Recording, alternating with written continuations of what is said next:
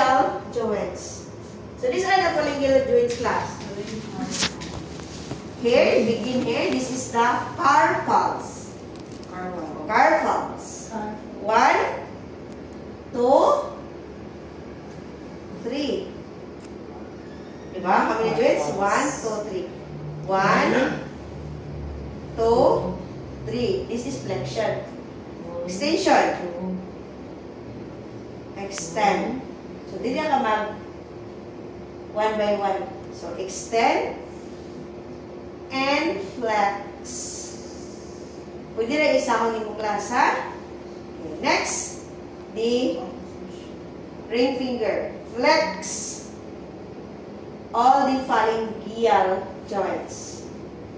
Okay, then extend.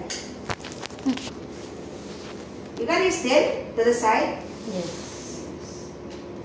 Extend.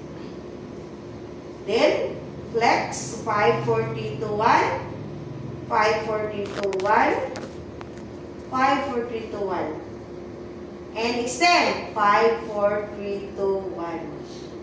The range of motions. Next is the index. Carpal, flex, phalanges, flex, in the tip, then extend. Then what happened to the thumb? Abduct, Abduction. adduct, Adduct. and abduct, 540 to 1. Abduct the thumb, and adduct the thumb. You can flex, yes. Yes. Flex twice only. And you can abduct. So flex and abduct. And you can also extend. So position. Opposed to the small, 540 to 1. Opposed to the ring, 540 to 1. Oppose the middle to the thumb, 540 to 1. And the index, 540 to 1. How did you feel, Miss Jam? Relax? Relax dahil si Jam na able siya. What about the disability? Relax, Miss Jam. Barang-barang ilang gibati ba kay. Feeling Kita mga frozen shoulder nila, ma'am. Frozen shoulder nila, makuan ba? So when Miss Jam perform the active range of motion, ikaw ang mag-command.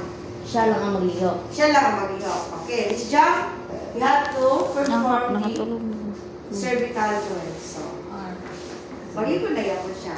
Miss Jam, flex to the right. Flex. Flex to the left. So flex 540 to 1. And to the left. 540 to 1. Return to neutral. Okay, that is flexion. Extension.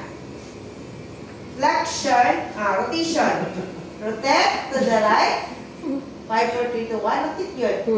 And rotate to the left. 540 to 1. Rotate. Yung kaya ba kaya nakatulog? Akong video ka na hiwi na dito ka na lutun. Now, flexion and hyperextension. Flexion. Flex 540 to 1. Then, hyperextension 540 to 1. So that is how your client performs.